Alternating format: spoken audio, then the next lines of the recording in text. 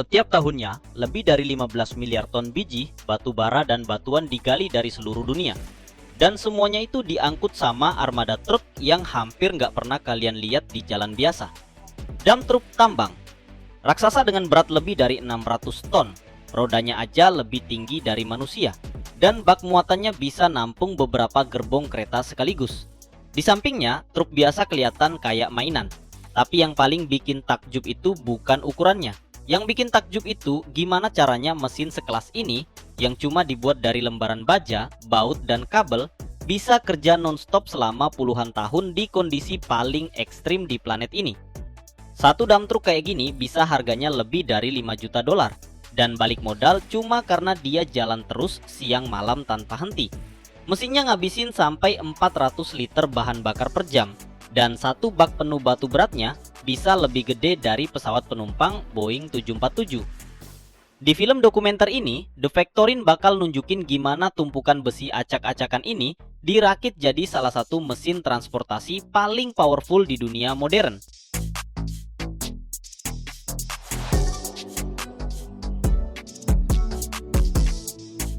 Perjalanan dump truck raksasa ini nggak dimulai dari pabrik, tapi dari depan komputer. Para engineer ngedesain setiap detail di sistem CAD, di mana model 3D mesin ini harus lewatin puluhan simulasi beban, getaran, sama perilaku suhu. Bayangin, mesin seberat lebih dari 600 ton harus kuat nahan hantaman batuan yang jatuh, perubahan suhu dari minus 40 sampai plus 50 derajat, dan ribuan jam kerja tanpa henti. Setiap milimeter rangka, setiap titik penyangga, setiap sambungan las udah dihitung banget dari awal.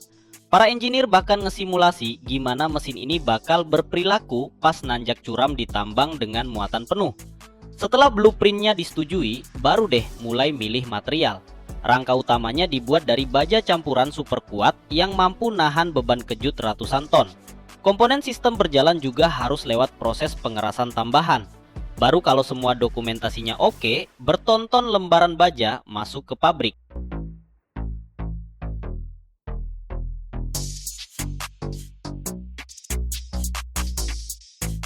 Lembaran baja setebal sampai 100 mm masuk ke bagian pemotongan. Di sini pekerjaan manusia udah hampir sepenuhnya digantiin sama sistem otomatis. Mesin pemotong plasma dan laser dengan kontrol program numerik memotong komponen dengan presisi sampai 1/10 mm. Suhu aliran plasma mencapai 20.000 derajat Celcius. Ini cukup banget buat langsung nembus logam setebal apapun. Mesin modern bisa ngolah puluhan ton baja dalam satu shift, motong ratusan bentuk yang rumit. Bahkan penyimpangan 1/10 mm aja di tahap ini bisa bikin deformasi di seluruh struktur yang beratnya ratusan ton nanti. Setelah dipotong, komponen-komponennya dikirim ke bagian pembengkokan. Pres hidrolik gede banget dengan tekanan ribuan ton membentuk permukaan lengkung, rusuk penguat, dan elemen kabin. Logam yang tadinya kelihatan nggak bisa digerakin berubah bentuk di bawah tekanan dan jadi bentuk yang dibutuhin. Setiap komponen di tahap ini dapat nomor uniknya sendiri dan masuk ke sistem pencatatan digital terpadu pabrik.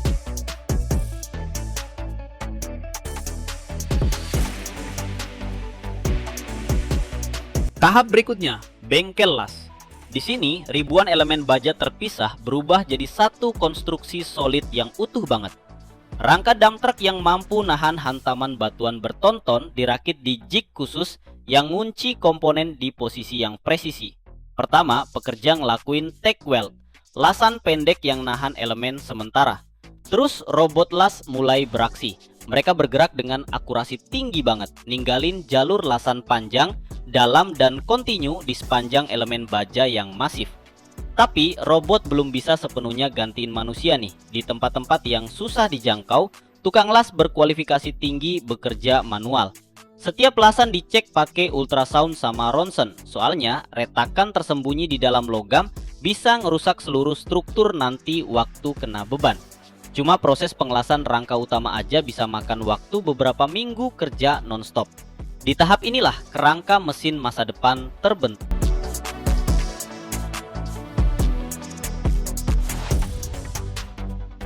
Habis dilas, rangkanya langsung dibawa ke bagian pengecatan. Permukaannya dibersihkan pakai sandblasting berkecepatan tinggi. Bola-bola besi kecil disemprot dengan tekanan tinggi buat ngilangin karat, kerak, sama sisa-sisa bekas las. Terus logamnya dikasih lapisan zinc primer yang meresap ke setiap sudut dan bikin perlindungan anti karat sampai puluhan tahun ke depan. Baru deh setelah itu dicat warna atasnya, biasanya kuning. Warna khas alat berat yang kelihatan banget di segala cuaca. Di saat yang sama, di workshop lain lagi produksi komponen-komponen utama. Mesin diesel gede banget yang bakal jadi jantungnya alat ini bisa punya kapasitas lebih dari 78 liter dan ngasih tenaga lebih dari 4.000 tenaga kuda. Satu mesin aja beratnya udah puluhan ton. Di sebelahnya disiapkan transmisi, generator listrik, sama sistem hidrolik. Masing-masing komponen ini sendiri udah kayak karya teknik yang super rumit, dikembangin bertahun-tahun. Silinder hidrolik yang ngangkat bak berbobot ratusan ton diuji dengan tekanan yang ratusan kali lipat lebih tinggi dari tekanan udara normal.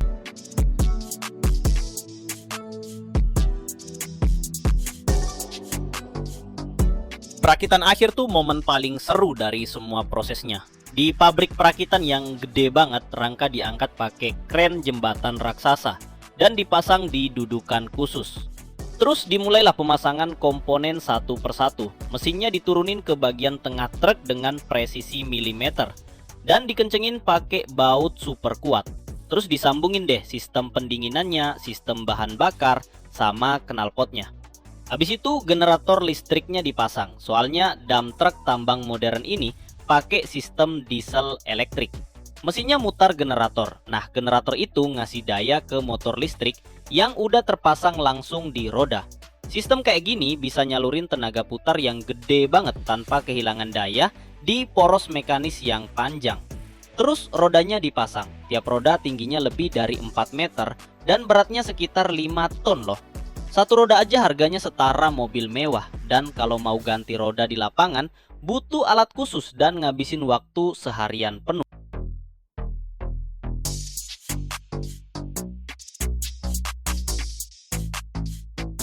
Terakhir, mereka pasang bak truk, mangkuk baja raksasa dengan volume lebih dari 350 meter kubik.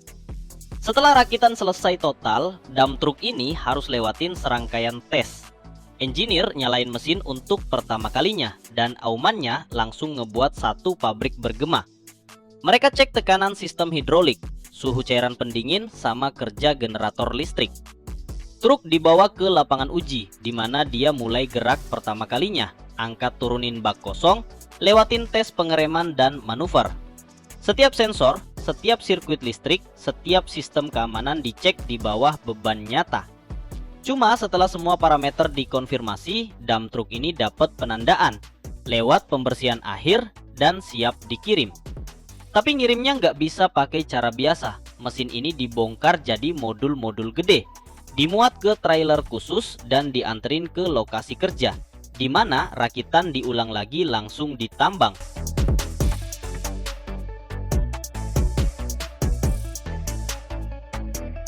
Dari blueprint digital dan bertonton lembaran baja sampai jadi mesin raksasa dengan berat lebih dari 600 ton. Prosesnya butuh waktu berbulan-bulan dengan kerja keras ratusan insinyur dan pekerja.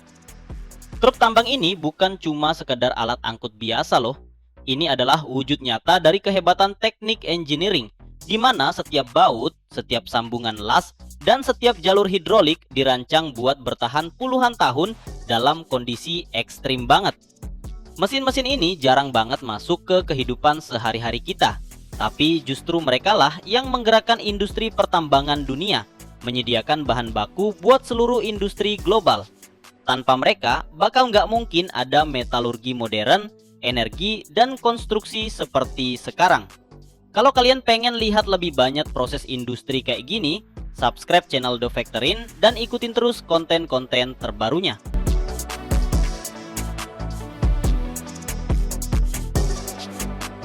Yang kalian lihat di sini, ini sesuatu yang bakal bikin kakek-kakek kita berhenti dan melongo keheranan banget. Ini proses penempaan poros roll raksasa buat pabrik baja dengan berat 2.600 kg. Ini hampir 3 ton baja padat loh, yang dibentuk dengan kekuatan murni dan prinsip yang udah berabad-abad.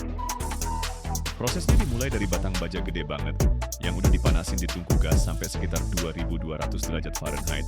Cukup panas buat menyala kayak matahari mini. Di masa ketika pabrik-pabrik baja Amerika bertebaran di mana-mana dari Pittsburgh sampai Gary, Indiana, jenis pekerjaan kayak gini nih yang jadi tulang punggung kekuatan industri kita. Mesin pres tempa yang kalian lihat di sini, ini raksasa hidrolik modern yang sanggup ngasih tekanan ribuan ton. Tapi proses dasarnya nggak berubah sejak pandai besi bikin tapal kuda di jalan utama dulu.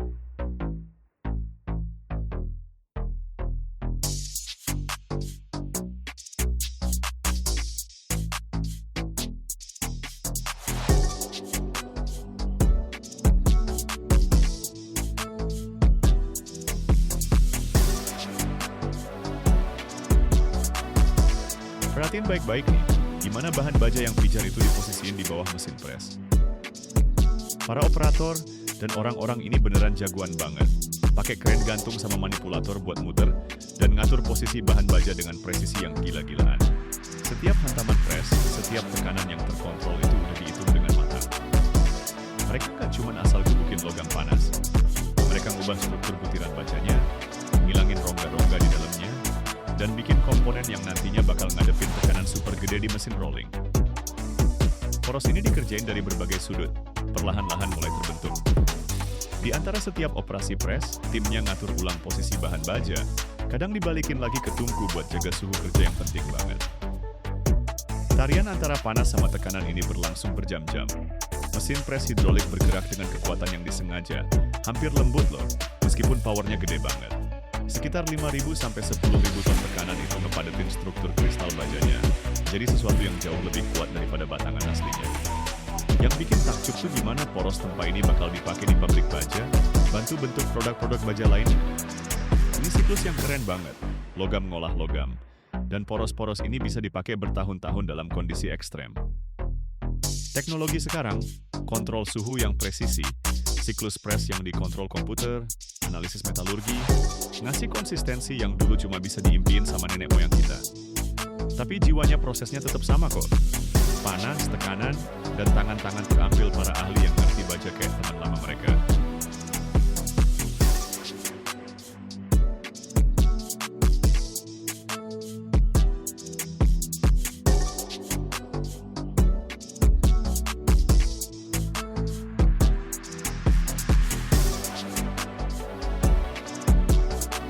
Sesuatu yang gabungin kekuatan brutal dengan ketelitian yang bikin takjub. Proses ngelilit batang baja pegas setebal 2 inci. Kalau lu pernah mikir gimana cara bikin pegas industri gede banget ini, yang ngontrol suspensi kereta barang atau nopang alat berat, lu bakal dapat pelajaran seru nih. Prosesnya dimulai dari batang mentah. Dalam kasus ini, batang solid diameter 2 inci dari baja pegas yang udah di heat treatment. Ini bukan logam biasa loh. Materialnya udah didesain dengan presisi buat punya keseimbangan sempurna antara kekerasan dan fleksibilitas. Kalau terlalu keras, bakal patah kayak pretzel. Kalau terlalu lembek, nggak bakal mantul dengan benar. Perhatiin gimana batangnya dimasukin ke mesin pelilitan. Mesinnya nangkep satu ujung, sementara mandrel raksasa yang berputar mulai ngebengkokin batangnya ngelilingi lingkarannya. Tenaga yang dibutuhin di sini gede banget. Kita lagi ngomongin soal ngebengkokin permanen baja 2 inci, yang butuh tenaga hidrolik ratusan ton. Ukuran mandrelnya nentuin diameter dalam pegas, dan presisi di sini krusial banget. Seiring proses pelilitan berlanjut, lo bakal notice betapa mulusnya batang itu dibengkokin, meskipun tebelnya gila-gilaan. Ini dicapai lewat kecepatan feeding yang terkontrol dan tekanan yang konstan. Mesinnya nge-maintain ketegangan sambil berputar, bikin jarak antar lilitan yang konsisten. Di era tahun 30-an sama 40-an, kerjaan kayak gini dilakuin manual dengan usaha yang super gede, pakai panas dan keunggulan mekanis. Sistem CNC modern sekarang bisa bikin pegas dengan toleransi yang diukur dalam 1/1000 inci.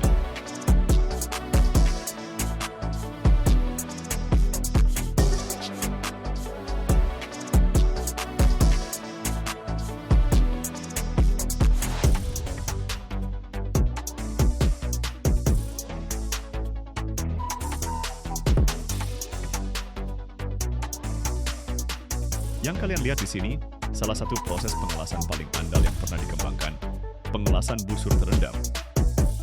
Teknik ini menyatukan baja berat sejak tahun 1930-an. Ini yang bikin proses ini spesial banget. Beda sama pengelasan busur manual yang mungkin kayak kalian bisa sirkuit di garasi, atau bahkan pengelasan semi-otomatis modern. Pengelasan busur terendam terjadi di bawah selimut flux berbentuk butiran. Flux ini, yang kelihatannya kayak pasir kasar gitu, punya beberapa fungsi penting banget. Dia melindungi kolam las cair dari kontaminasi atmosfer, mencegah oksidasi, dan bahkan berkontribusi ke dalam kimia las itu sendiri. Setupnya bikin terpesona loh. Elektroda kawat yang diumpankan terus-menerus melewati kepala las, dan ketika dia menciptakan busur ke logam dasar, dia melelehkan kawat elektroda dan material induknya, menciptakan jahitan yang menembus dalam. Tapi kalian nggak bisa lihat semua ini terjadi, karena semuanya terjadi di bawah lapisan pelindung flux ini. Flux meleleh di atasnya, membentuk terak pelindung yang nanti diketok sama operator. Perhatiin kepala las yang bergerak di sepanjang sambungan. Ini biasanya otomatis buat konsistensi. Prosesnya bisa mengendapkan logam las dengan kecepatan yang bakal bikin tukang las manual nangis iri. Dari 10 sampai 50 pon per jam, tergantung setupnya. Makanya pengelasan busur terendam jadi pilihan nomor 1 buat mengelas bagian tebal di pembuatan kapal, pembuatan bejana tekanan, dan pekerjaan baja konstruksi. Keindahan dari proses ini ada di kedalaman penetrasinya nih. Pengelasan busur terendam bisa mencapai penetrasi penuh pada baja setebal 3/4 inci dalam satu kali lintasan.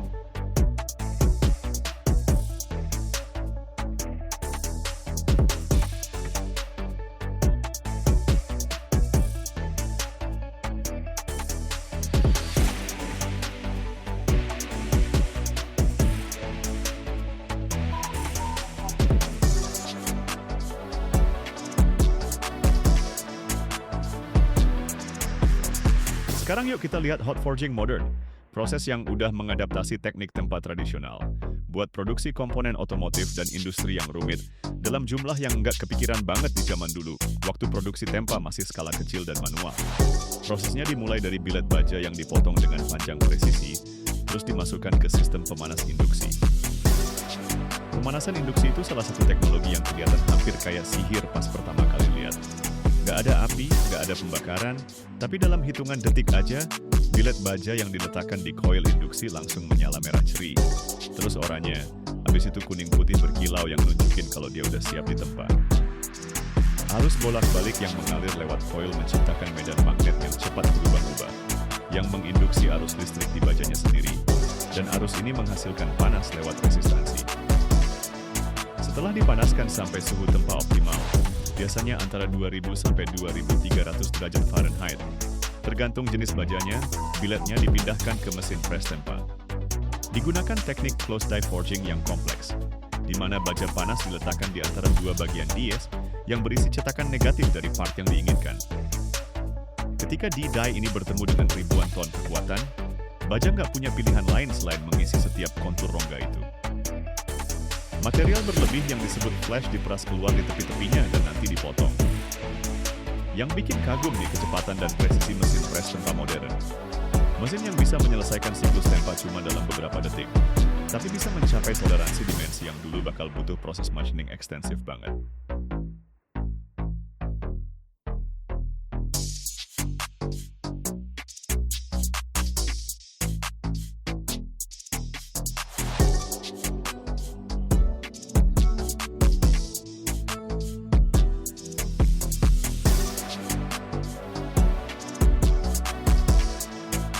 Kadang lo butuh ngebengin logam yang segede gaban sampai kayaknya hampir mustahil.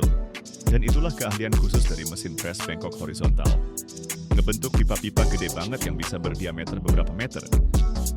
Masalahnya kalau ngebengin pipa gede itu harus ngehindarin yang namanya kerutan di bagian dalam radius dan sobek di bagian luar radius. Sistemnya ngatasi masalah ini pakai tekanan hidrolik yang terkontrol, diterapin sama cetakan yang dibentuk dengan presisi banget, yang ngedukung pipa selama proses pembengkokan. Lihat nih gimana pipa gede ini diposisiin di mesinnya. Cuma buat posisi aja udah butuh kren gantung dan keselarasan yang super teliti. Cetakan pembengkokannya, yang bobotnya aja bisa beberapa ton, ngepres pipa sambil pipanya didukung dari kedua ujungnya. Sistem hidroliknya ngasih ratusan ton gaya, pelan-pelan ngebengin pipanya sampai sudut yang diinginkan. Meskipun pipanya sebesar ini, radius bengkokan, sudutnya, dan dimensi akhirnya bisa dikontrol dengan toleransi yang ketat banget loh.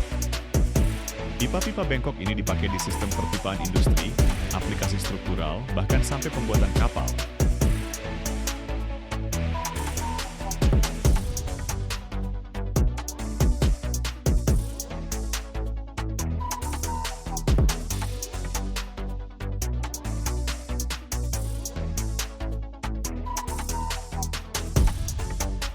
Kita lagi ngelihat pemotongan rel kereta api yang berat banget nih. 47 kg per meter atau sekitar 95 pon per yard pakai teknik oxy fuel cutting dengan propana. Sistem torch oxy propane ini cara kerjanya simple banget sebenarnya. Tapi butuh skill beneran buat ngelakuinnya dengan benar. Api propana yang dicampur sama oksigen di nozzle pemanas awal torch bakal ngemanasin titik di baja sampai mencapai suhu pengapian sekitar 1600 derajat Fahrenheit buat baja.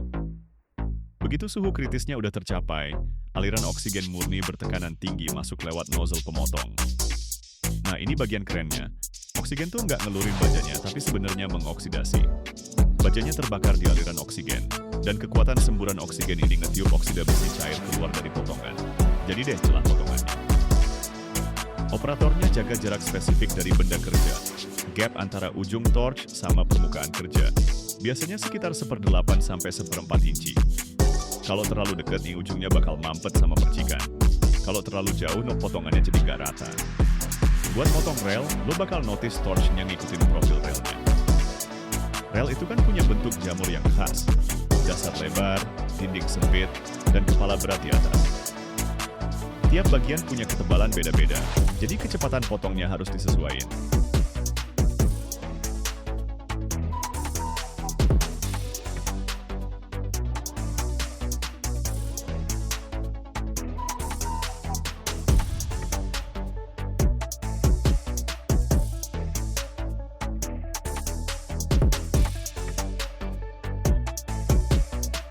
Sekarang kita masuk ke ranah pemesinan presisi, di mana toleransinya diukur dalam 1/10.000 inci, dan programmingnya sama pentingnya kayak tekniknya itu sendiri. Yang lo lihat sekarang ini milling CNC untuk optical chuck jaws, yang diprogramnya pakai software CAM, dan ini tuh perfect marriage antara computer manufacturing sama skilled craftsmanship. Prosesnya dimulai di software CAM. Programmernya sambil kerja pakai engineering drawings, bikin model 3D dari chuck jaw-nya, terus generate tool paths yang bakal nge-machine bagian itu. Softwarenya ngitung optimal cutting strategies, milih tools yang pas, nentuin feed rate sama spindle speeds, dan simulasi seluruh prosesnya secara virtual buat nangkep potensi collision atau error apapun sebelum ada satu chip pun yang kepotong. Perhatiin mesin milling CNC-nya yang ngejalanin program tool paths ini. Ini kemungkinan besar High Precision Vertical Machining Center yang dilengkapin spindle yang bisa berputar sampai 10.000 RPM atau lebih sambil tetap maintain akurasinya. Daripada langsung terjun lurus ke bawah, toolnya ngikutin jalur spiral dan trochoidal yang maintain constant chip load dan ngurangin tool wear. Coba deh lihat surface finish yang berkembang di facetnya chuck jaw. Ini critical contact surfaces yang bakal nge-grip workpiece dan harus flat dalam hitungan microns dan properly finished biar nggak damage komponen-komponen yang delicate.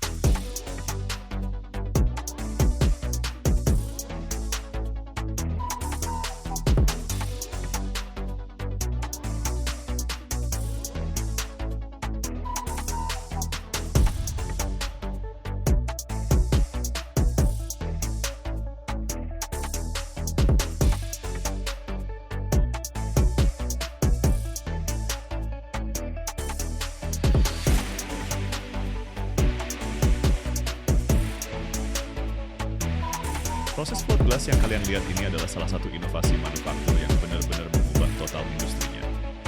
Dan yang menarik, prinsip dasarnya nggak berubah sejak ditemuin di tahun 50-an.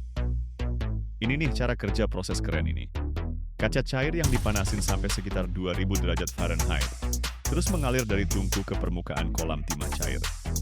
Kaca beneran ngambang di atas timah, menyebar karena gravitasi dan tegangan permukaan, membentuk lembaran dengan permukaan paralel dan ketebalannya rata. Lihat deh gimana lembaran kaca ini bergerak melewati kolam timah. Suhunya dikontrol banget dengan hati-hati, perlahan-lahan mendingin waktu kaca bergerak maju. Pendinginan terkontrol ini yang disebut annealing super krusial. Ini ngurangin tekanan internal yang kalau nggak diatasin bakal bikin kaca retak atau pecah waktu dipotong atau dipasang. Pas kaca keluar dari kolam timah, suhunya udah cukup dingin buat ditopang sama roller, masuk ke yang namanya leher, terowongan pendingin panjang, di mana suhunya terus turun dengan kontrol yang presisi. Kacanya keluar dalam suhu ruangan, rata sempurna dengan kejernihan optik yang bakal nggak mungkin dicapai secara konsisten pakai metode produksi kaca lembaran lama. Lini produksinya bisa bikin ribuan kaki persegi kaca setiap hari, semuanya dengan kualitas yang konsisten. Lembaran kacanya terus dipotong sesuai ukuran, diinspeksi dan disiapkan buat pemrosesan lebih lanjut, kayak tempering atau pelapisan.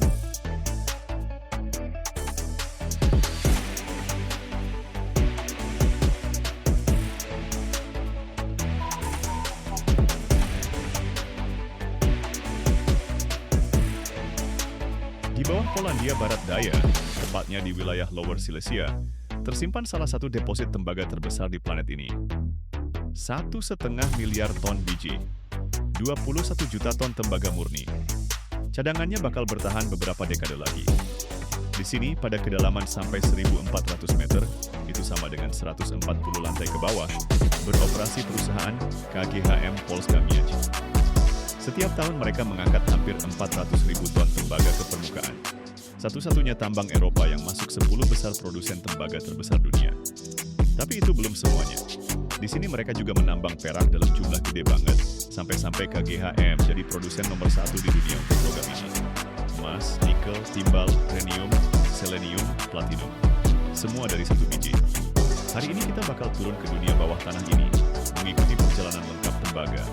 Dari batu hitam di kedalaman 1 km sampai jadi kawat mengkilap, yang tanpa ini setiap pabrik, setiap ponsel, dan setiap mobil listrik di planet ini bakal berhenti beroperasi.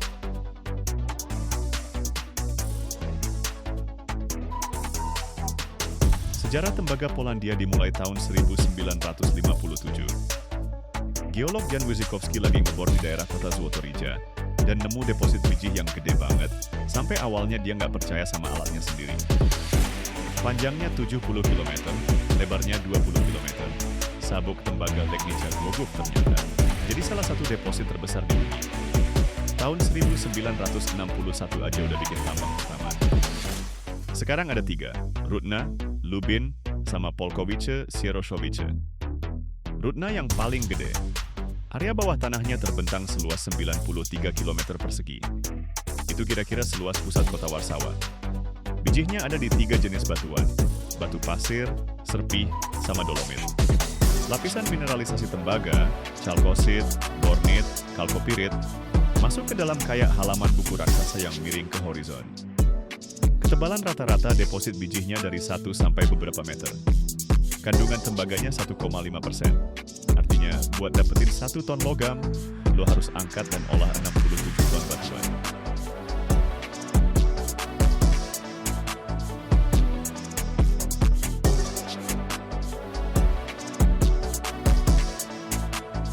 Sebelum mulai nambang di level baru, mereka harus bikin shaft dulu.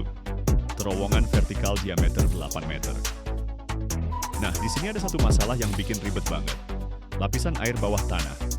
Waktu bikin shaft pertama tahun 60-an, batuannya itu penuh air dengan tekanan gede banget. Kalau digali biasa, langsung kebanjiran lah. Makanya insinyur KGHM bikin metode unik. Mereka bekuin masif batuannya.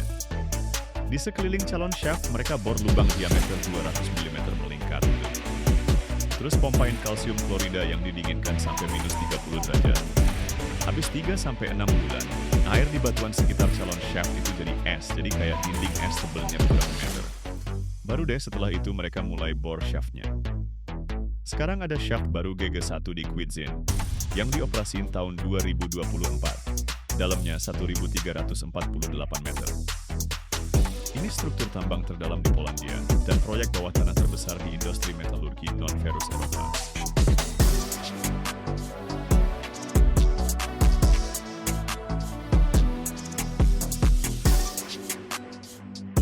Di kedalaman 1.200 meter, suhu batuan mencapai 40 derajat Celcius. Tanpa ATSI, orang nggak bakal bisa bertahan hidup di sana. KGHM bangun sistem pendinginan bawah tanah yang super gede.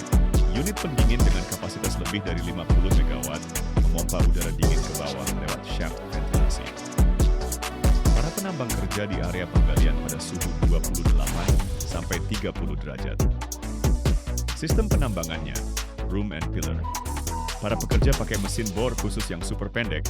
Tinggi mesinnya cuma 1,5 meter, soalnya lapisan bijihnya juga segitu tebalnya. Mereka bor lubang-lubang ke atap dan dinding area penggalian. Lubang-lubang sedalam 4 meter itu diisi bahan peledak. Setelah ledakan, batuannya runtuh ke ruang penggalian. Tapi nggak sesimpel itu loh. Tekanan batuan di kedalaman 1.200 meter itu 8.000 ton per meter persegi. Batuan di bawah tekanan segitu perilakunya nggak bisa ditebak. KGHM bikin sistem monitoring seismik yang unik banget. Ratusan sensor di seluruh tambang ngerekam getaran sekecil apapun.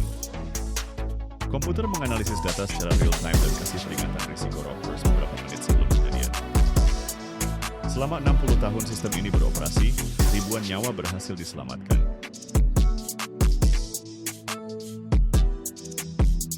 Biji yang udah diledakin dimuat pakai mesin muat angkut. Sekop diesel gede banget yang bisa dikontrol dari jarak jauh. Kapasitas sekopnya 10 meter kubik, itu sekitar 25 ton biji dalam sekali keruk. Mesinnya bawa biji ke titik transfer, di situ biji dituang ke dalam orepas. Lubang vertikal berdiameter 1,5 meter, tempat biji jatuh ke bawah karena gravitasi menuju level yang ada konveyornya. Sistem konveyor di tambang Rudnatu panjangnya 500 km. Biji bergerak menuju shaft dengan kecepatan 4 meter per detik. Di dasar shaft pengangkat, biji dikumpulin di bunker yang muat 1.000 ton. Terus dari situ dimuat secara bertahap ke wadah pengangkat. Skip dengan kapasitas 30 ton meluncur ke atas dengan kecepatan 16 meter per detik. Itu hampir 60 km per jam loh. Naik ke kedalaman 1 km butuh waktu 70 detik. Dalam sehari, setiap shaft pengangkat mengeluarkan 25 sampai 30 ribu ton biji ke permukaan.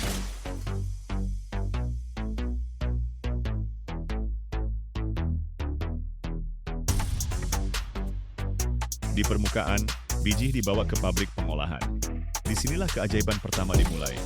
Kandungan tembaga dalam biji cuma 1,5%. Ini terlalu dikit buat peleburan. Harus dinaikin sampai 23%. Biji dipecah di mesin penghancur kerucut sampai jadi potongan ukuran 12 mm. Terus masuk ke penggilingan bola. Drum horizontal diameter 5 meter, diisi penuh bola-bola baja. Drumnya muter, bola-bola berguling dan menggiling biji sampai jadi kayak bubuk. Partikel lebih kecil dari 0,1 mm. Bubur halus ini dimasukin ke mesin flotasi. Bak persegi panjang volume sampai 100 meter kubik masing-masing. Di situ ditambahin reagen khusus, santogenate sama pembuat busa. Udara bertekanan disemprotkan lewat bubur dari bawah, bikin jutaan gelembung. Reagen bikin permukaan mineral tembaga jadi hidrofobik, nolak air. Gelembung udara nempel ke partikel tembaga dan narik mereka ke permukaan jadi busa. Batuan kosong tenggelam ke dasar. Busanya dikerok. Ini konsentrat tembaga dengan kandungan 23% tembaga. Dalam satu siklus flotasi, 88-90% tembaga dari biji berhasil diambil.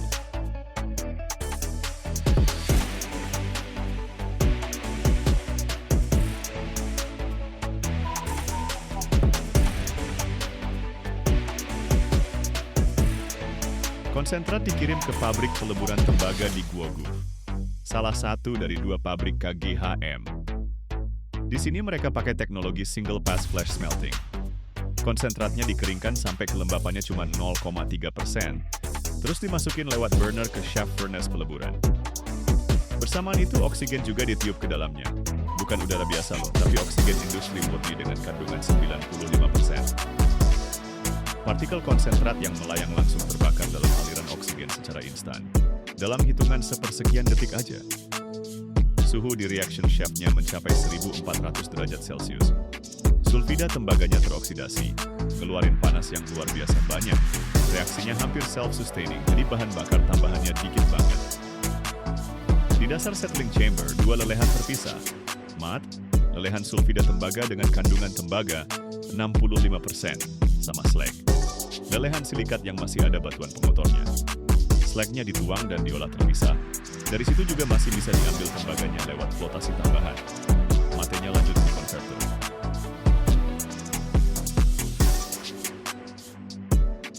Oksigen dipompa ke dalam konverter yang berisi mata cair. Terjadilah oksidasi kedua. Belerang terbakar habis. Besi teroksidasi dan masuk ke dalam terak. Yang tersisa adalah tembaga blister. Kandungannya 98,5%. Ini masih belum selesai loh.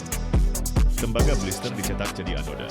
Pelat dengan lebar 1 meter, tinggi 1 meter, tebal 5 cm. Beratnya 300 kg per pelat. Semuanya dibawa ke pabrik pemurnian elektrolitik. Di sini ada bak-bak sepanjang 6 meter yang diisi larutan tembaga sulfat dan asam sulfat. Di setiap bak, anoda dan lembaran matriks stainless steel tipis digantung secara berselang-seling. Arus listrik searah dialirkan melalui larutan. 600 ampere per meter persegi. Tembaga dari anoda larut pindah melewati elektrolit dan mengendap di matriks. Dalam 12-14 hari, katoda terbentuk di matriks. Pelat tembaga murni seberat 60 kg dengan kandungan logam 99,99%. Ini grade A, kategori tertinggi tembaga bursa di London Metal Exchange. Sisanya emas, perak, platinum, palladium, selenium mengendap di dasar bak sebagai lumpur anoda. Lumpur ini dikumpulkan dan dikirim ke pabrik logam mulia. Dari lumpur inilah KGHK setiap tahun mengekstrak 1.200 ton perak.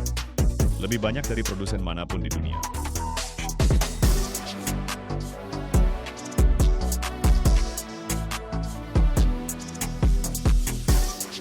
Sebagian katoda dilebur ulang dan digulung di pabrik Cedinia jadi katanka tembaga, kawat dengan diameter 8 mm. Ini adalah bahan setengah jadi utama buat industri kabel. Katanka digulung dalam bentuk coil seberat 5 ton dan dikirim ke pabrik-pabrik kabel di seluruh Eropa. Totalnya, setiap tahun dari perut bumi Polandia, melalui semua tahapan ini dihasilkan hampir 400.000 ton tembaga. 24 juta ton biji yang diangkat, 34.000 pekerja, dan semua ini demi logam yang tanpanya peradaban modern gak mungkin ada.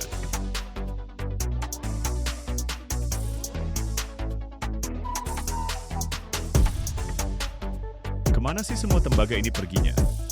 Pertama, kelistrikan. Setiap kabel, setiap kawat, setiap lilitan transformator, tembaga semua. Seluruh infrastruktur listrik di planet ini tergantung sama logam ini. Tanpa tembaga, nggak bisa ngirim 1 watt pun dari pembangkit listrik sampai ke colokan rumah lo. Kedua, konstruksi.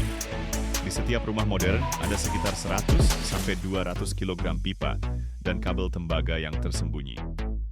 Sistem air, pemanas, AC, tembaga ada di mana-mana. Ketiga, elektronik. Di smartphone lo aja ada sekitar 15 gram tembaga. Dikit? Tapi loh, dunia jual 1,5 miliar ponsel per tahun. Komputer, server, motherboard, jalur tembaga di papan sirkuit itu kelihatan banget sama mata telanjang. Keempat, transportasi. Mobil bensin biasa itu punya 23 kg tembaga. Mobil listrik, 60-83 kg. Itu buat kabel daya, lilitan motor listrik, sama bus berbaterai. Kelima, energi terbarukan. Satu turbin angin berkapasitas 3 MW butuh sekitar 4 ton tembaga. Panel surya juga pakai busbar tembaga buat ngumpulin arus. Dunia lagi transisi ke energi hijau nih, dan setiap langkah transisi ini nambah permintaan tembaga. Menurut prediksi, sampai tahun 2050, permintaan bakal naik 70%. Artinya, tambang KGHM di bawah tanah Polandia bakal tetap jalan non-stop beberapa dekade ke depan. Gue lagi berdiri di depan poros tambang Rudna nih. Mesin angkat lagi ngeluarin skip berisi biji dengan suara ngaung banget. 30 ton batu hitam yang beberapa minggu lagi bakal berubah jadi kabel di dalam turbin angin Denmark. Jadi kabel bawah laut di Selat Inggris jadi lilitan motor listrik kereta bawah tanah Berlin. Jadi colokan server yang nyimpen foto-foto kalian di cloud. Tembaga itu darah peradaban teknologi kita loh. Dia mengalir tanpa kelihatan di dalam semua barang yang nyala pakai listrik. Dan setiap gram darah ini mulai perjalanannya dari sini, di kegelapan bawah tanah Polandia, di mana orang-orang pakai helm di kedalaman 1 km, bikin hidup kita jadi mungkin. Kalau menarik, kasih like ya. Tulis di komen, kalian tahu nggak kalau Polandia itu pemimpin dunia dalam produksi perak? Dan subscribe channel ini, di sini kita buka-bukain pabrik dan produksi yang ada di balik setiap barang dalam hidup kalian. Kawat baja ini diciptain buat gantiin tali dari serat alami. Soalnya tali biasa nggak kuat kalau bebannya berat banget. Rantai sih lebih kuat, tapi beratnya 10 kali lipat. Nah, kawat baja ini nyelesain kedua masalah itu. Sekarang kawat-kawat ini yang nahan jembatan, ngangkat crane, jangkar platform minyak di kedalaman 1 km. Diameternya bisa sampai 533 mm. Beratnya 70 ton. Kekuatan tariknya 9.700 ton. Itu setara berat 50.000 mobil loh. Gimana sih cara bikin kawat yang nggak putus? Hari ini kalian bakal lihat prosesnya dari awal sampai akhir. Mulai dari batang baja diameter 5 mm sampai jadi kawat gede sepanjang 280 meter. Kalau kalian penasaran gimana caranya kawat tipis bisa jadi monster sekuat 10.000 ton, subscribe channelnya ya. Di sini kita nunjukin pabrik-pabrik yang nahan dunia ini.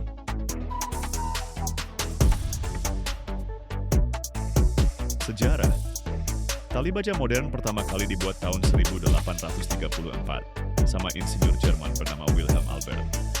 Dia bikin ini buat tambang batu bara. Soalnya tali dari serat rami sama rumput Manila nggak kuat. Berat batu bara di kereta tambang itu 1,5 ton. Dalamnya tambang 300 meter. Tali rami sering putus gara-gara lembab dan gesekan sama dinding tambang.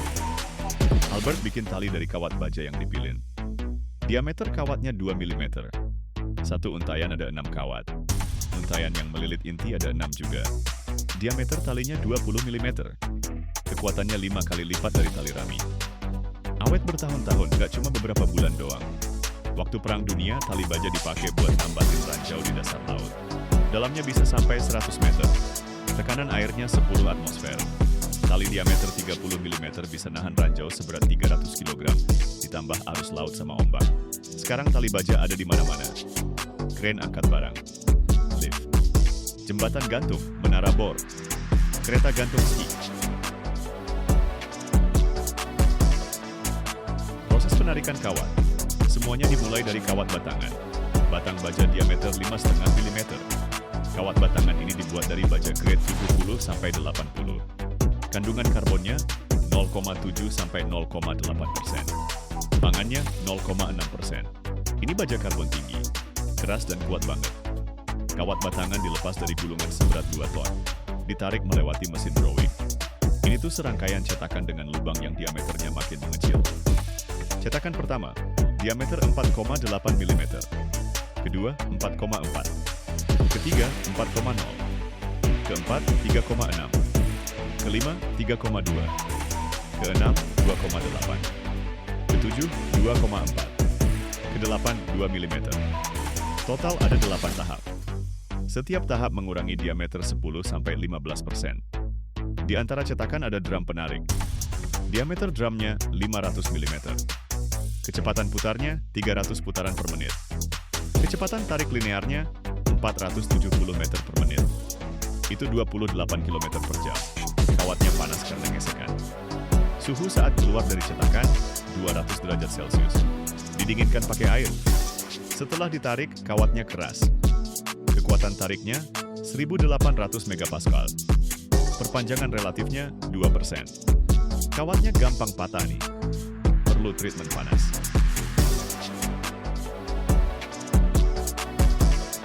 Perlakuan panas. Kawat dipanaskan di tungku sampai 900 derajat Celcius. Ditahan 20 menit. Struktur baja berubah. Karbon larut dalam kisi. Terus didinginkan di udara terbuka dengan kecepatan 100 derajat per jam. Pendinginan pelan banget. Hasilnya baja yang udah ditemper. Kekerasannya turun, tapi plastisitasnya naik. Perpanjangan relatifnya 8%. Kawatnya sekarang jadi fleksibel. Bisa dibuat tali. Pemintalan untai. Ambil 6 kawat diameter 2 mm. Pilinannya melingkari kawat ketujuh yang di tengah. Jarak pilinannya 120 mm. Ini jarak di mana kawat bikin satu putaran penuh mengelilingi pusatnya. Sudut pilinannya 15 derajat ke sumbu. Arah pilinannya ke kanan. Kalau dilihat sepanjang untai, kawatnya jalan searah jarum jam. Jadi deh, untai diameter 6 mm. Panjang kawat aslinya 1000 meter. Panjang untai jadinya 950 meter. Selisihnya ini buat keperluan pemintalan. Untainya fleksibel. Radius lengkungannya 150 mm. Kekuatan untainya 70% dari total kekuatan kawat-kawatnya. Yang hilang itu karena lengkungan sama gesekan.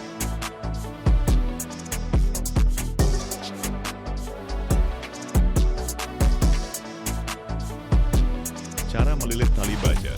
6 untai dengan diameter 6 mm dililit mengelilingi inti pusatnya. Intinya terbuat dari bahan organik. Tali rami diameter 6 mm. Udah direndam pelumas. Raminya elastis banget. Fungsinya buat nyerap beban kejut. Nyimpen pelumas di dalam tali baja. Untayannya bisa lebih banyak lagi. Konstruksi standarnya tuh 6x7. 6 untai dengan 7 kawat. Ada juga tali baja 18x7. 18 untai dengan 7 kawat di tiap untaian. Ada juga yang 36x7. makin banyak kawatnya, makin lentur tuh tali bajanya. Diameter tali baja 6 kali 7 plus inti pusatnya 6 mm, jadinya 18 mm. Kekuatannya 50 kN. Itu setara 5 ton kalau ditarik sampai putus. Beratnya 1,5 kg per meter. Tali bajanya digulung ke drum diameter 2 meter. Satu drum muat 5 km. Berat drum sama tali bajanya 8 ton. Tali-tali baja ini dikirim ke pabrik pembuat tali baja raksasa.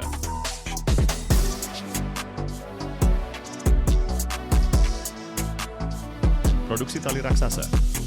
Perusahaan United Offshore Services di Belanda bikin tali dengan diameter dari 120 sampai 533 mm. Di pabriknya ada mesin sepanjang 200 meter. Mesinnya ngepilin tali-tali jadi satu di sekitar tali pusatnya. Contohnya gini, mereka mau bikin tali diameter 330 mm. Ambil 6 tali diameter 100 mm masing-masing. Plus tali pusat diameter 120 mm. Terus dililit. Gulungan talinya dipasang di karosel yang berputar. Diameter karoselnya 12 meter. Karoselnya muter 2 putaran per menit. Talinya keluar dari gulungan. Lewat roller pengarah. Melilit di sekitar tali pusat. Jarak lilitannya 1800 mm. Sudut lilitannya 20 derajat. Kecepatan ngelilitnya 3,5 meter per menit. Dalam sejam jadi deh 210 meter tali. Tali jadi yang diameter 330 mm, digulung ke drum diameter 4 meter. Kekuatan putusnya 9.700 ton. Artinya talinya baru bakal putus kalau bebannya 9.700 ton.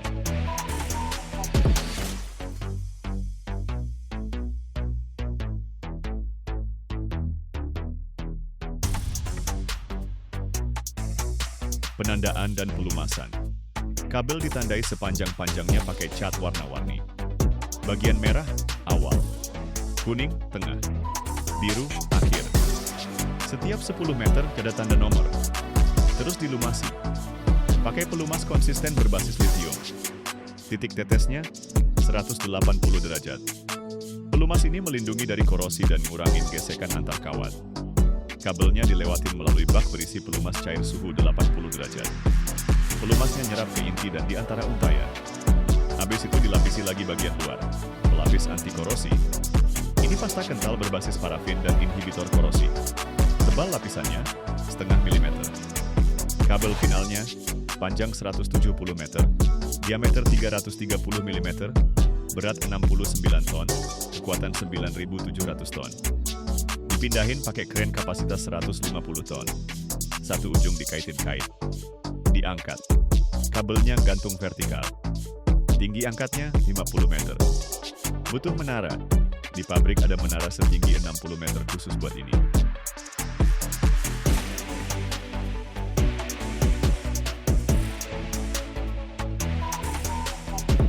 Tali super panjang banget. Ada perusahaan Hendrik Feder Group di Belanda yang bikin tali terpanjang di dunia loh. Panjangnya 280 meter. Diameternya 400 mm. Teknologinya beda banget nih. Mesinnya jalan di atas rel sepanjang 300 meter. Di awal ada gulungan-gulungan tali gede, 8 gulungan. Di tiap gulungan ada tali diameter 250 mm, panjang 280 meter, beratnya 50 ton. Kekuatannya masing-masing 3.500 ton. Mesinnya mulai jalan. Kecepatannya cuma 2 meter per menit. Tali-talinya digulung keluar. Dililit melilingin tali tengah yang diameternya 260 mm. Jarak lilitan perputarannya 2 meter. Mesinnya jalan 300 meter selama 2,5 jam. Jadinya tali dengan diameter 400 mm, panjang 280 meter, berat 200 ton. Kekuatannya 14.000 ton. Itu beratnya sama kayak 80 tank. Di ujungnya dibikin loop. Talinya dilipat balik sekitar 4,5 meter. Ujung bebasnya dia nyam sama tali utama. Jadinya loop sepanjang 4,5 meter. Diameter loopnya 1,5 meter. Anyamannya dikunci pakai klem baja. 10 klem. Tiap klem terdiri dari 2,5 silinder baja. Dikencengin pakai 8 baut M36. Momen pengencangan 800 Nm. Pengangkutan dan penggunaan. Kabel sepanjang 280 meter dengan berat 200 ton terbentang bergelombang di lantai pabrik. Harus dimuat ke kapal. Mereka pakai 3 forklift dengan kapasitas angkat masing-masing 25 ton. Kabel diangkat di 3 titik. Dibawa ke dermaga. Jaraknya 500 meter. Kecepatannya 1 km per jam. Waktunya 30 menit. Di dermaga ada crane dengan kapasitas angkat 400 ton. Crane itu mengangkat kabel dari gelung-gelungannya. Diangkat, diturunkan ke dalam gudang kapal. Kapal membawa kabel itu ke Norwegia, ke ladang minyak dan gas Oseberg di Laut Utara. Kedalaman lautnya 300 meter. Di sana ada platform pengeboran apung. Berat platformnya 50.000 ton.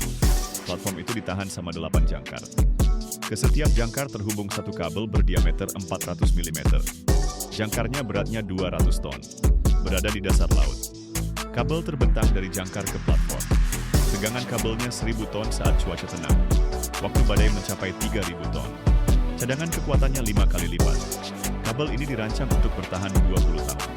Diperiksa tiap 3 bulan sekali. Mereka turunkan robot bawah air dengan kamera. Memeriksa setiap meter kabel. Mencari putusnya kawat, korosi, keausan. Kalau keausannya lebih dari 10%, kabelnya diganti. Begitulah cara bikin kabel yang menahan jembatan dan platform. Dari kawat tipis jadi monster dengan kekuatan 14.000 ton. Kalau lo suka videonya, kasih like ya. Tulis di komen, di mana aja lo pernah lihat kabel baja. Jangan lupa subscribe, di sini kita tunjukin gimana cara bikin hal-hal yang menopang dunia ini. Teman-teman, di channel ini kita ngintip ke tempat-tempat yang biasanya nggak boleh direkam kamera. Kalau kalian suka konten begini, jangan lupa subscribe dan nyalain lonceng biar nggak ketinggalan episode terbaru. Hari ini kita lagi di pabrik yang ngerakit drone serang dari lembaran besi. Tahu nggak sih? Waktu lo berdiri di tengah mesin-mesin yang berisik dan lihat gimana dari aluminium biasa aja lahir mesin yang bisa terbang ribuan kilometer, lo langsung paham. Ini bukan cuma produksi biasa, ini satu dunia penuh di mana tiap part punya cerita sendiri. Begitu ngelihat konveyornya aja udah merinding. Puluhan body drone di berbagai tahap, bau logam panas, suara press yang menggelegar sama dentuman las. Kita bakal jalan-jalan lewatin semua tahapannya, dari pemotongan lembaran sampai drone jadi, dan gue bakal tunjukin gimana semua ini kerja. Siapin diri lo, bakal banyak baja, baut, dan mungkin sedikit adrenalin, soalnya skala di sini emang bener-bener bikin takjub. Semuanya dimulai di bagian pemotongan, di mana ada tumpukan lembaran aluminium dan duralumin setebal kira-kira 2,5 mm. Materialnya dibawa dalam gulungan gede banget, dibungkus plastik pelindung biar nggak lecet waktu dikirim, terus langsung dihamparkan di meja mesin pemotong. Setiap lembar sebelum dipotong harus lewat quality control dulu. Dicek ketebalannya, permukaannya rata apa enggak, ada retak mikro atau enggak. Mesin laser dengan presisi super tinggi memotong kontur sayap, badan pesawat, sama sirip ekor. Nggak boleh ada garis yang bengkok atau kasar, soalnya waktu terbang kesalahan 1 mm aja bisa fatal. Drone butuh aerodinamika yang sempurna, biar bisa terbang stabil dan hemat energi. Laser melelehkan tepi logam, meninggalkan potongan yang mulus, sementara pemotong plasma menghandle material yang lebih tebal. Keluar percikan api sih, tapi kedua teknologi ini ngasih geometri yang bersih tanpa perlu pengerjaan tambahan. Habis itu, potongan-potongannya dikirim ke bagian pengepresan. Mesin pres hidrolik raksasa dengan tekanan ribuan ton, mencetak lekukan, penguat struktural, sama longeron. Suaranya kayak petir loh, pas cetakan turun dan logam di bawahnya berderak, membentuk pola yang udah ditentuin.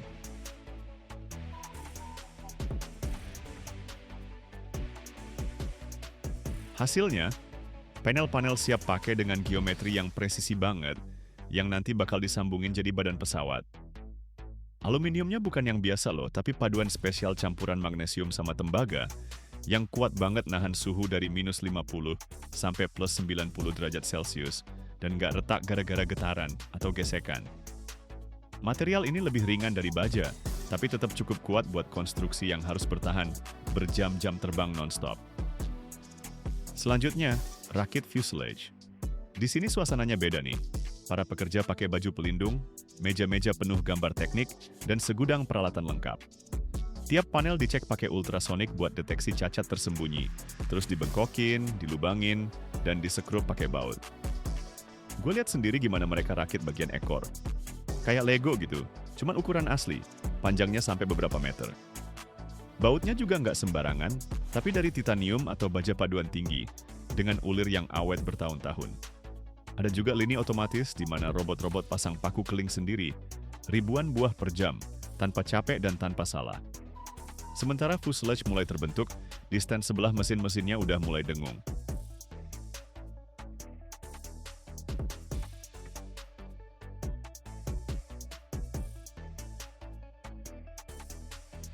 Di sini semua soal kesederhanaan dan keandalan. Mesin bensin 2 tak kecil, mirip yang ngejalanin moped jadul atau mesin potong rumput. Tapi dioptimalkan buat terbang. Nggak ada turbin rumit atau kompresor, cuma silinder, karburator, busi, sama propeller pendorong di belakang.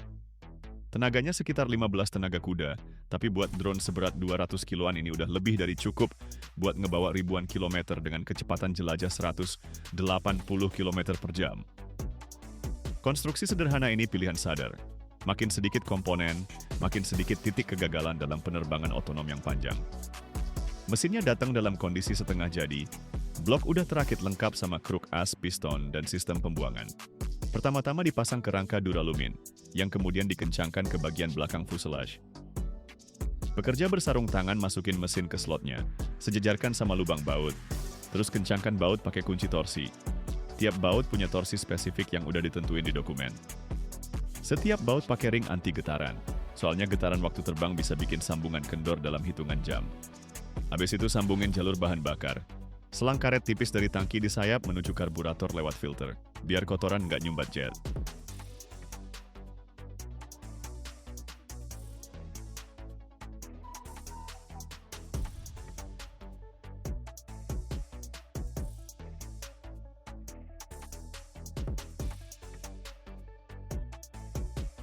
Bahan bakarnya, bensin pesawat biasa, dicampur aditif buat stabilitas di jarak jauh. Tangki dipasang di dalam sayap, dan kapasitasnya dihitung supaya drone bisa terbang full tanpa ngisi ulang. Tapi ya gitu, pusat gravitasi bergeser seiring bahan bakar habis, dan autopilot ngerti banget nih, dia atur sendiri. Terus elektronik pengendali mesin. Katup throttle dikaitin ke servo motor yang nurut sama autopilot. Dia ngatur RPM sendiri tergantung ketinggian, kecepatan, sama sisa bensin. Servo motornya kecil kayak yang di RC model gitu, tapi pakai gear metal biar kuat. Plastik mah nggak bakal tahan. Baling-balingnya dipasang terakhir, 2 bilah. Pitch-nya disetel di test bench khusus. Dibalance pakai laser biar nggak ada getaran yang bisa rusak poros atau konstruksi sayap. Pas idle suaranya kayak motor bebek di kejauhan gitu, tapi full gas. Ngaung kayak pesawat mini.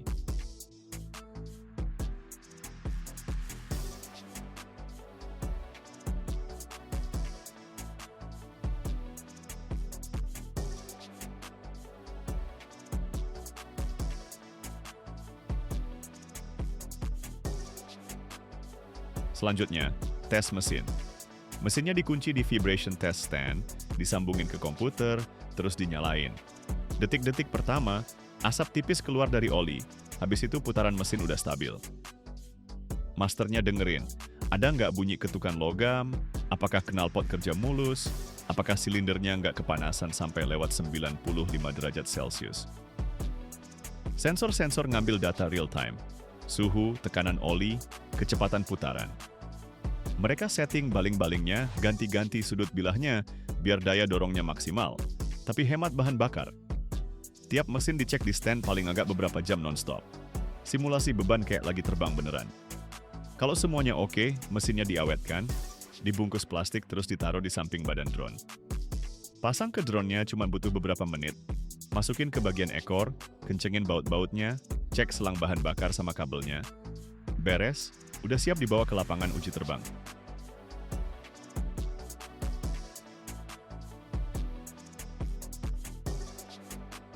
Nah, sayapnya itu cerita tersendiri nih.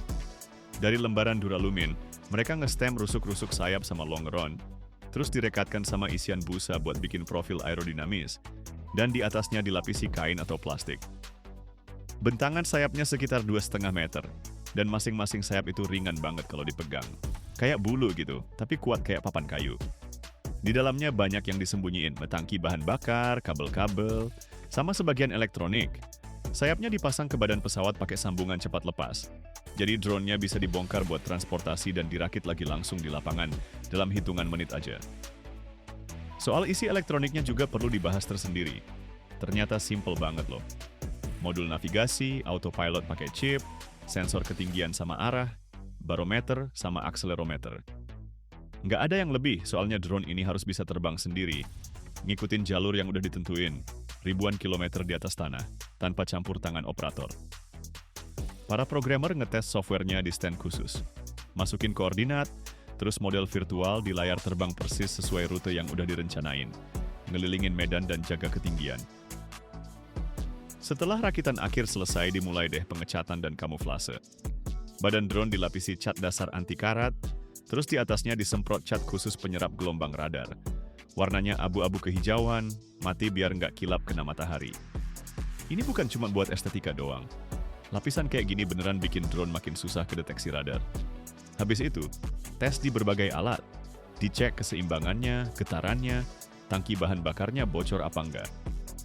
Yang menarik, drone-drone ini nggak cuma dites dalam kondisi normal aja, tapi juga di ruang vakum, buat tahu gimana komponen dan sambungannya bakal bereaksi di ketinggian ekstrem, di mana tekanan sama suhu udara turun drastis banget. Kalau semua oke, drone langsung masuk tahap uji terbang. Diluncurin pakai ketapel, naik, capai ketinggian target, jalanin program, terus balik lagi. Senyap, hampir tanpa asap, kayak ngilang gitu aja di langit, bagai hantu. Skala produksinya gila sih. Di lini perakitan, puluhan unit dirakit bareng dalam waktu bersamaan, kerjanya non-stop 24/7 dalam 3 shift. Para ahli metalurgi lebur paduan logam, operator mesin bubut bentuk poros, teknisi elektronik solder papan sirkuit. Semuanya di satu kompleks, dan tiap tahapan sinkron sempurna satu sama lain. Kontrol kualitas ketat di setiap tahap, soalnya satu komponen cacat aja bisa bikin satu drone jadi gagal total. Teman-teman, di channel ini kita ngintip tempat-tempat yang biasanya nggak boleh dimasukin kamera. Kalau kalian suka konten kayak gini, jangan lupa subscribe dan nyalain loncengnya, biar nggak ketinggalan episode baru. Setiap tahun, lebih dari 1,5 miliar ton besi tua didaur ulang di seluruh dunia. Dan di tengah kekacauan besi berkarat dan besi kusut ini, tersembunyi sesuatu yang jauh lebih berharga dari yang kelihatan. Yang hari ini kelihatan kayak sampah, besok bisa nyelamatin nyawa lo di kecepatan 120 km per jam. Tapi gimana sih tumpukan besi ini berubah jadi mekanisme yang super presisi yang dipercaya jutaan pengemudi? Dan kenapa bahkan kesalahan kecil 1% aja bisa ngehancurin satu batch produksi? Dalam proses ini ada satu detail yang hampir gak pernah dibahas siapapun. Dan justru ini yang nentuin apakah mobil lo bakal berhenti di saat kritis atau enggak. Hari ini kita bakal bedah seluruh proses produksi cakram rem dari tungku peleburan sampai quality control terakhir.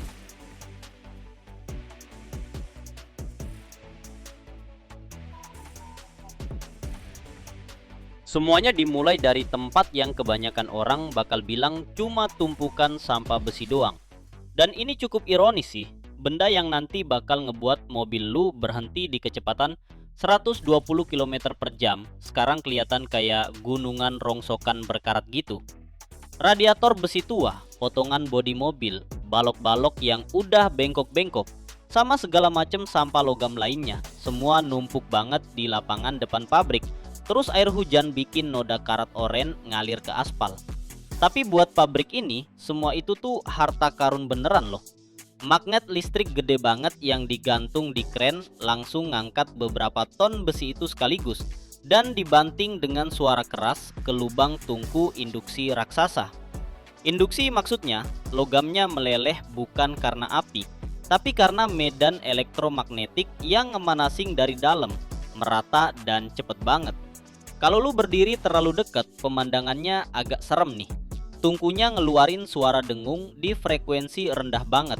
Sampai lu ngerasainnya bukan di telinga, tapi di dalam dada gitu. Kayak jantung lu nyoba ngikutin irama industri yang berat ini. Suhu di dalam tungku naik sampai 1500 derajat Celcius. Panas banget, bahkan baja paling kuat sekalipun langsung berubah jadi cairan kental yang lebih mirip sup mendidih. Super bahaya daripada benda keras yang kokoh. Waktu tungkunya dimiringin buat nuangin logam cair itu, semua tempat di sekitarnya langsung kebanjiran cahaya oranye terang yang bikin mata pengen langsung dipicingkan. Gak ada yang artifisial atau dibuat-buat, cuma fisika murni yang brutal dan panas luar biasa. Setiap porsi logam langsung dianalisis di tempat. Para analis lab pakai kostum khusus ngambil sampel kecil, dinginkan, terus dalam hitungan detik udah tahu komposisi kimianya pakai spektrometer. Alatnya mecah sampel jadi elemen-elemen dan ngasih persentase akurat tiap komponen. Kalau kadar karbon atau silikon melenceng dari standar bahkan cuma 1% doang, seluruh batch gede itu tanpa ampun langsung dikirim balik buat dilebur ulang. Di sini nggak ada maaf-maafan, soalnya harga kesalahan sekecil itu buat konsumen akhir bisa terlalu mahal banget.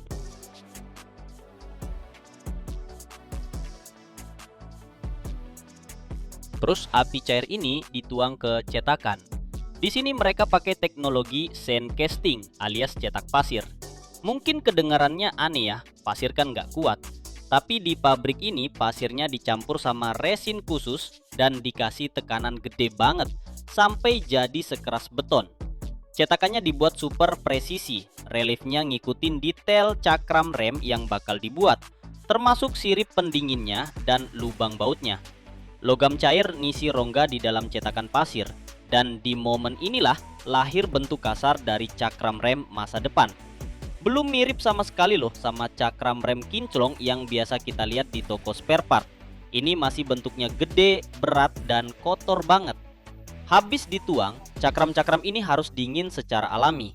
Prosesnya lama nih, kadang sampai beberapa jam. Dan ini penting banget. Kalau kita coba percepat pendinginannya, misalnya disiram air, logamnya bakal jadi rapuh.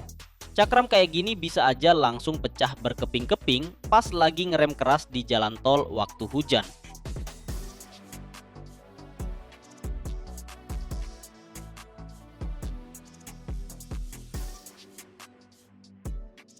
Begitu benda kerja udah nggak panas-panas banget lagi alias cuma hangat doang dan nggak merah membara, mereka langsung dikirim ke bagian pemesinan. Nah, di sini nih teritorialnya robot. Mereka kerja 24 jam sehari, 7 hari seminggu, tanpa istirahat makan siang dan tanpa ngeluh soal kerja berat. Setiap disk bakal masuk ke cengkeraman manipulator yang langsung nempatin disk itu ke mesin CNC. Pahat khusus nilangin lapisan logam yang nggak kepake dengan gampangnya, seolah-olah itu bukan besi cor keras, tapi sepotong mentega dingin aja. Serutan logam ngepilin kayak spiral, panas terus jatuh ke wadah. Sementara dari bawah, pahat muncul permukaan yang mulus dan presisi banget. Di tahap ini, akurasi jadi hal yang super krusial.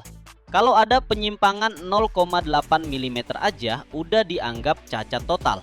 Disk kayak gitu nggak bakal pernah sampai ke gudang, soalnya bakal bikin getaran yang dalam beberapa bulan aja bisa hancurin suspensi mobil dan bikin supirnya keluar duit banyak buat benerin.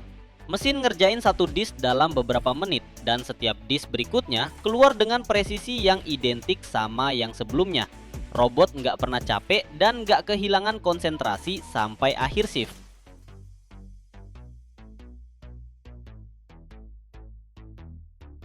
Seru banget ngelihat gimana dari bentuk kasar yang gak enak dipandang, perlahan-lahan muncul permukaan yang halus sempurna, hampir kayak cermin. Terus di cakramnya dibikin lubang-lubang ventilasi sama saluran-saluran di dalamnya. Ini bukan cuma buat gaya-gayaan aja loh, kayak yang dipikirin orang-orang. Ini sistem pendinginan yang super penting banget. Tanpa ini, cakramnya bakal nggak kuat kalau dipakai berat. Waktu ngerem aktif, cakram bisa panas sampai 700 derajat Celcius. Pada suhu segitu dia bakal menyala merah gelap kayak ceri. Kalau panasnya nggak dibuang tepat waktu, metalnya mulai kehilangan sifat friksinya. Dan remnya bisa hilang di saat yang paling nggak tepat. Makanya lubang-lubang sama saluran ini tuh hasil perhitungan engineering yang panjang banget. Bukan keputusan desain buat estetika doang. Tiap saluran punya diameter dan sudut kemiringan yang udah ditentuin secara presisi. Dihitung biar aliran udara bisa nyerap panas dari permukaan kerja secara maksimal.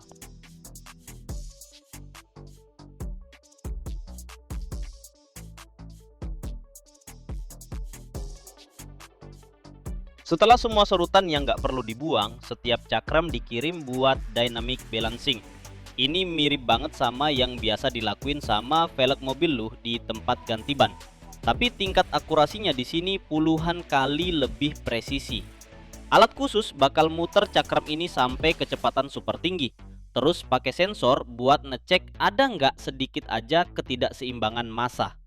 Ketidakseimbangan di kecepatan putar segitu langsung berubah jadi getaran yang kerasa. Dan alatnya bisa ngukur dengan akurasi sampai level gram. Kalau satu sisi ternyata lebih berat walau cuma 3-4 gram doang, mesinnya otomatis bakal ngebor lubang kecil yang hampir nggak kelihatan di titik yang tepat di bagian pinggir buat nyamain beratnya. Setelah itu, cakrem udah seimbang sempurna dan siap dipakai di RPM berapapun tanpa suara aneh atau getaran. Nah, di tahap inilah yang nentuin apakah pengemudi bakal ngerasain setiap ketidakrataan cakrem lewat pedal rem atau pengereman tetap mulus dan senyap di kecepatan berapapun. Gue nanya ke kepala teknolognya, berapa banyak sih disk kayak gini yang mereka produksi dalam sehari penuh? Dia cuma senyum capek gitu, terus bilang mereka udah lama banget nggak ngitung per potong lagi. Mereka ngitungnya langsung ribuan ton produk jadi per bulan. Bayangin nih, pabrik ini nyuplai parts buat hampir setengah pasar mobil Eropa loh. Artinya, setiap 2 mobil yang lu lihat di jalan, kemungkinan besar salah satunya ngerem pakai disk yang dibuat di sini. Di pabrik yang bising dan panas banget ini. Sebelum dikemas, disknya harus dilapisi pelindung dulu. Mereka antara dicap pakai cat tahan panas khusus atau dilapisi anti karat tipis berbahan dasar seng. Pelapisannya dilakuin di ruang khusus. Disknya digantung di conveyor, terus ada alat semprot otomatis yang ngelapisi secara merata dari semua sisi. Ini penting banget supaya disk-disk ini nggak jadi rongsokan berkarat pas lagi disimpan lama di gudang atau dibawa lewat kontainer kapal nyebrang samudra.